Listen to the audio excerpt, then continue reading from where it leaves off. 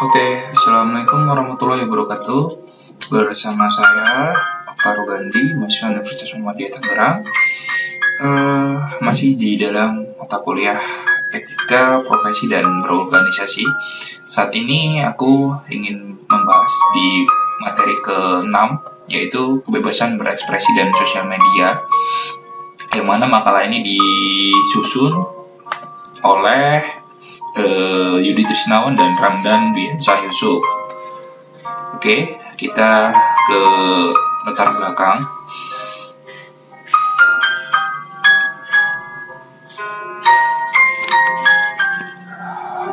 Kita ke materi pembelajaran.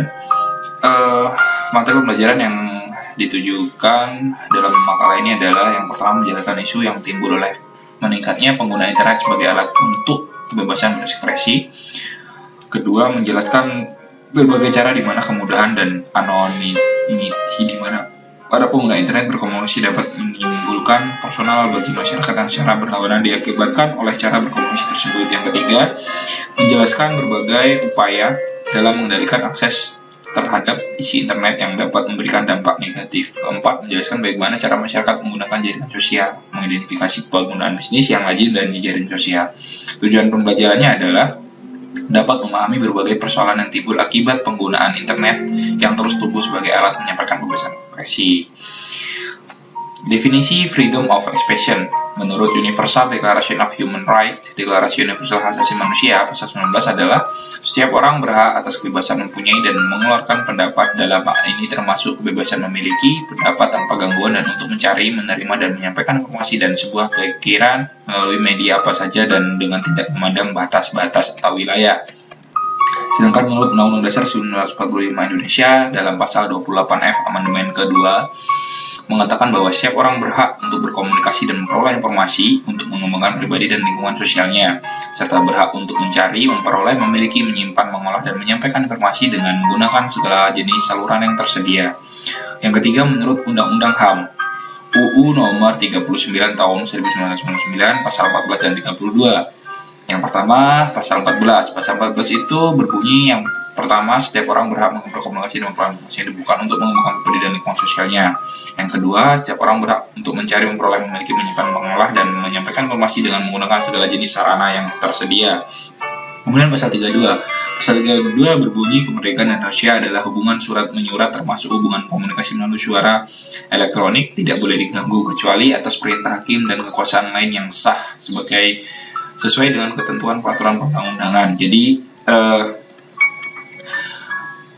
banyak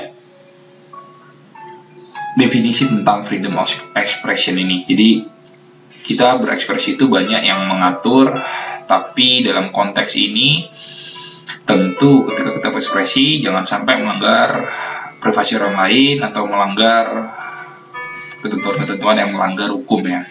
Nah, kemudian Undang-Undang ITE terkait kebebasan berekspresi. Setidaknya ada 7 poin penting perubahan dalam UU ITE yang terbaru.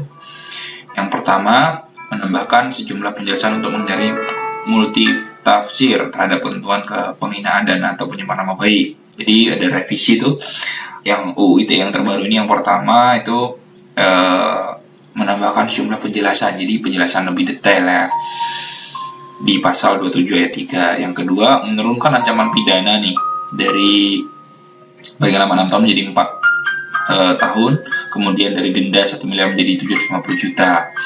Ketiga, penjelasan mengenai informasi elektronik sebagai alat bukti hukum dalam pasal 5 ayat 1 dan 2. Keempat, melakukan sinkronisasi hukum acara penggeledahan, penyitaan, penangkapan, dan penahanan yang diatur pasal 43 ayat 5 dan 6 dengan Kitab Undang-Undang Hukum Acara Pidana.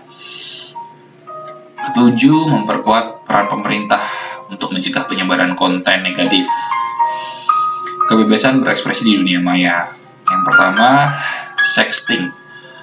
Sexting adalah istilah yang dipakai untuk aktivitas mengirim atau mengunggah foto telanjang maupun setengah bugil atau mengirim pesan teks yang membangkitkan birahi. Pada penelitian yang dipublikasikan di jurnal Pediatrik disebut remaja yang sexting cenderung lebih aktif secara seksual dan beberapa lebih mungkin terlibat dalam seks beresiko. Sexting ini diambil dari kata seks dan texting yang secara harafiah berarti mengirim pesan yang membangkitkan birahi. Yang kedua, ada option speech. Option speech ini adalah ucapan kebencian atau ujaran kebencian, tidak komunikasi yang dilakukan oleh suatu individu atau kelompok dalam bentuk provokasi, hasutan maupun hinaan kepada individu atau kelompok yang lain dalam hal berbagai aspek seperti ras, warna kulit, etnis, gender, cacat, orientasi seksual, kewarganegaraan, dan lain-lain. Kemudian ada defamation, fitnah, dergama, dan defamasi merupakan komunikasi kepada satu orang atau lebih yang bertujuan untuk memberikan stigma negatif atau suatu peristiwa yang dilakukan oleh pihak berdasarkan atas fakta palsu yang dapat mempengaruhi penghormatan, wibawa, atau reputasi seseorang. Kata fitnah diserap dari bahasa Arab, pengertiannya adalah cobaan atau ujian. Kemudian ada controlling access. Controlling access ini banyak warga di Indonesia menganggap bahwa informasi dari transaksi elektronik mengancam kebebasan bersih mereka.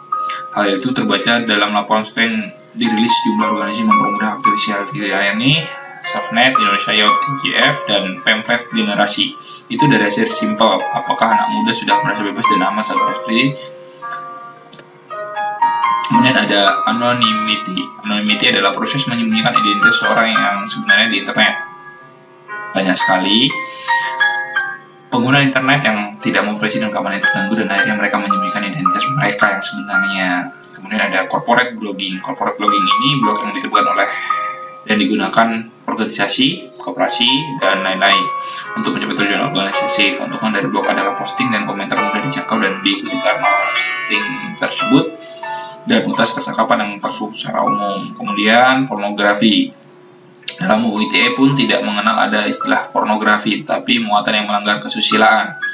Penyebarluasan muatan yang melanggar kesusilaan melalui internet diatur dalam pasal 27 ayat 1 ITE mengenai perbuatan yang dilarang, yang mana berbunyi, setiap orang sengaja dan tanpa mendistribusikan dan atau mentransmisikan dan atau membuat dapat diaksesnya informasi elektronik dan atau dokumen elektronik yang memiliki muatan yang melanggar kesusilaan. Masalah etika dalam sosial media. Yang pertama adalah cyberbullying. Cyberbullying adalah segala bentuk kekerasan yang dialami anak atau remaja dan dilakukan teman-teman seusia mereka melalui internet. Kemudian ada cyberstalking. Cyberstalking adalah kejahatan menggunakan internet atau elektronik lainnya untuk melecehkan seseorang, sekelompok orang, atau organisasi. Cyberstalking ini dapat mencakup melecehkan, mengancam atau cabul email, spamming berlebihan, live chat, pelecehan, atau dikenal sebagai chatting, pesan yang tidak pantas pada papan pesan atau buku tamu online, virus berbahaya elektronik dikirim, email yang tidak diinginkan, dan pencurian identitas elektronik. Kemudian ada icon with sexual predator. Istilah predator seksual digunakan untuk menggambarkan pengertian yang merendahkan seseorang dilihat dari cara mendapatkan atau berusaha mendapatkan kontak seksual dengan orang lain secara metamorfosis sebagai predator.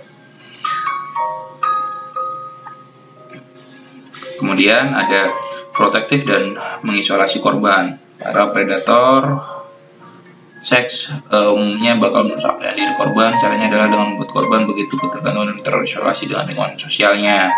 Ada uploading of inappropriate material. Di zaman sekarang ini kita bisa hidup di dunia nyata dan di dunia maya. Tidak heran untuk tetap eksis di dunia maya, mereka memilih terlebih dari satu akun media sosial. Berikut 5 hal yang tidak pantas untuk diunggah di dunia sosial. Yang pertama, foto yang tidak senonoh. Foto saat kamu lagi mabuk, jangan pamer uang dan menyebarkan foto aib teman, serta kontak pribadi. Kemudian ada sharing and hoax news, berita palsu atau berita bohong. Tentu, ini sangat dilarang di UU ITE. Terkait dengan hal tersebut, Kepala Biro Penerangan Masyarakat Divisi Humas Polri Brigjen Rikwanto menuturkan orang yang menebarkan promosi atau hoax di dunia akan dikenakan hukum positif. Hukum positif yang dimaksud adalah hukum yang berlaku. Maka benar-benar digunakan KUHP Undang-Undang Nomor 11 Tahun 2008 tentang Informasi dan Transaksi Elektronik, Undang-Undang Nomor 40 Tahun 2008 tentang penghapusan diskriminasi ras dan etnis serta tindakan ketika ujaran kebencian telah menyebabkan terjadinya konflik sosial.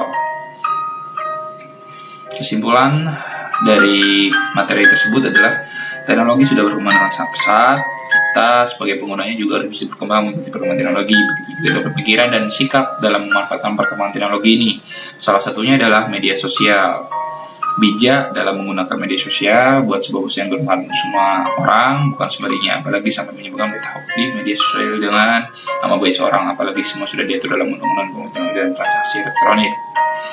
Nah, dari pembahasan materi ini, tentu kita sebagai mahasiswa harusnya sudah berpikir lebih elegan, lebih eksklusif, bahwa memang dengan kemajuan zaman sekarang ini banyak sekali hukum-hukum yang sudah mengatur, apalagi di Indonesia ini seperti kita tahu bahwa banyak sekali kejahatan-kejahatan kriminal yang ada di sekitar kita.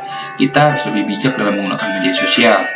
Adanya media sosial dan kemajuan zaman saat ini silahkan dimanfaatkan dengan sebaik-baiknya, jangan sampai disalahgunakan atau sampai menimbulkan tindakan yang tidak baik.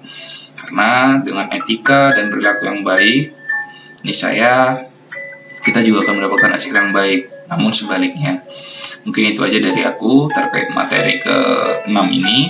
Mudah-mudahan bisa bermanfaat dan menambah pengetahuan untuk kita semua. Wassalamualaikum warahmatullahi wabarakatuh.